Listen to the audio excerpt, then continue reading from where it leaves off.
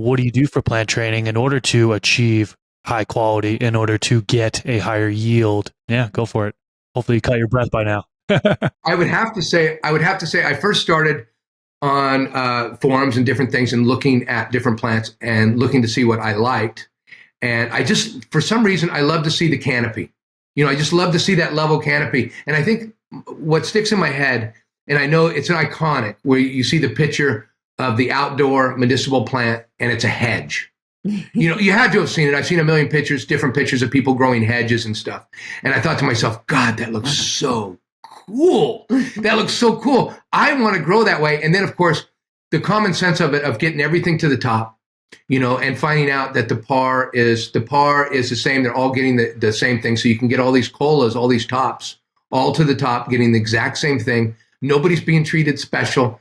And it's kind of a way of bonsaiing, which you guys talked a little bit about the other day with Kyle Cushman, which I thought was kind of cool. Oh, yeah. The bonsai. I mean, I love the bonsai. I love all the cool stuff I see in that people have time for.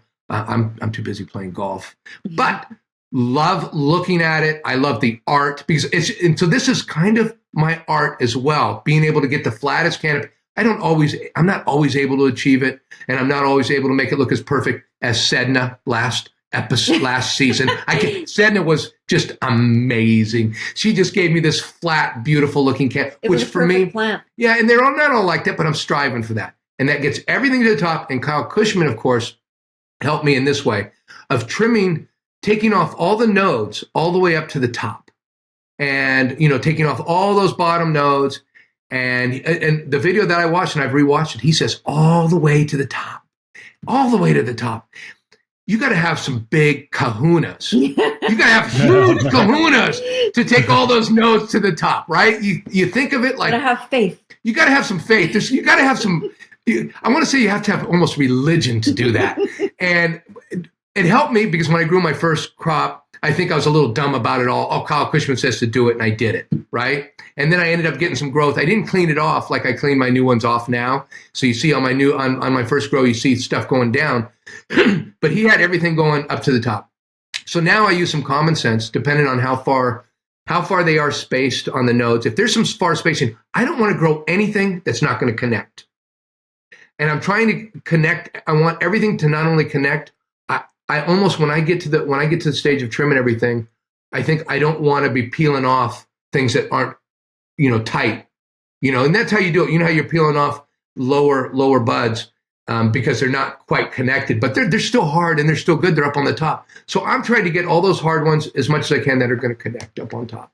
I use some common sense, like some plants I will take all the way up to the top because I feel you bring the energy, and Kyle Cushman said it best. You're taking all that energy from the bottom, you're bringing it up to the top, you're giving those top all the good stuff, and they end up growing.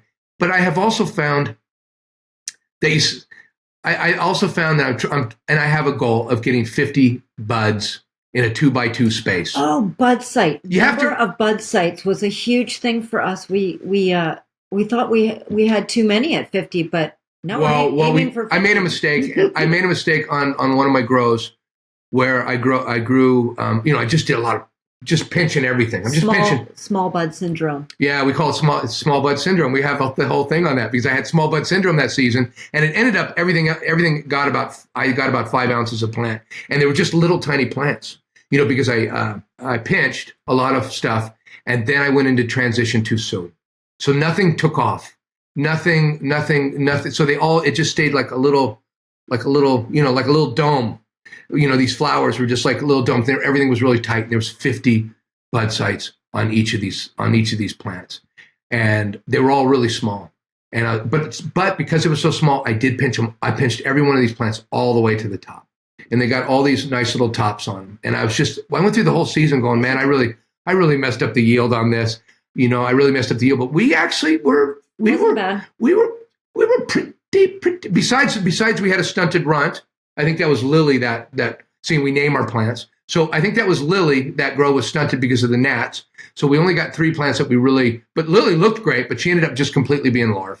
She actually came out. We think the gnats got to her. Well, they did. They did. She was obviously stunted, but we thought she grew some really nice looking, flowers, and we thought huge, in fact. And I thought they were going to be really, really nice. And when they dried out, they were just Fluff. they were just fluff. So I take that myself. It wasn't the seeds, it wasn't the genetics, it was me and my grow. But nevertheless, now we grow, and I really let everything veg out.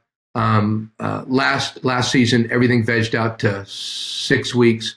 And I think one tent I would have went another week. I think I grew a tent that I would have went another weekend, but the other tent was it was just going wild after 6 weeks. I just couldn't hold that one back. And I really like to flower everything at the same time and go into the whole grow at the same time. So I had to flower the other tent. And so I did. Well, I'm sorry, where was I? Training. I was wrong. I'm so sorry, Chris. I warned you. Yeah. So anyway, so we.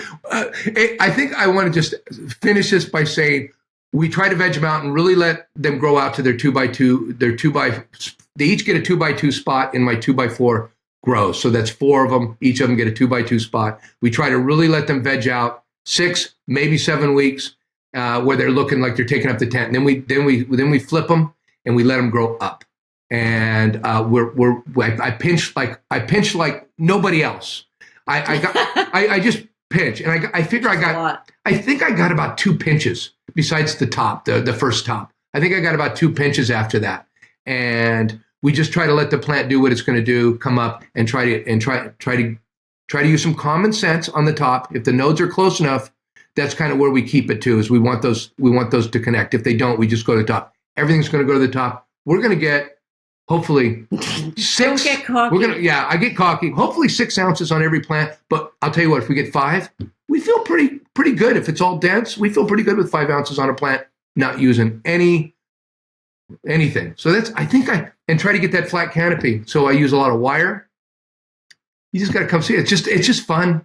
I mean, there's almost no way to describe it. You almost have to do it. He really enjoys the bonsaiing of it all, like the pinching and the defoliating, the tucking, and the taking care, and like he'll go. My like, time with the girls. Come and look at this canopy. This is my favorite time in the grow, is when I get to do all this manipulating of it. This clip is brought to you by AC Infinity. Use discount code MrGrow at 15 to save on any of their products.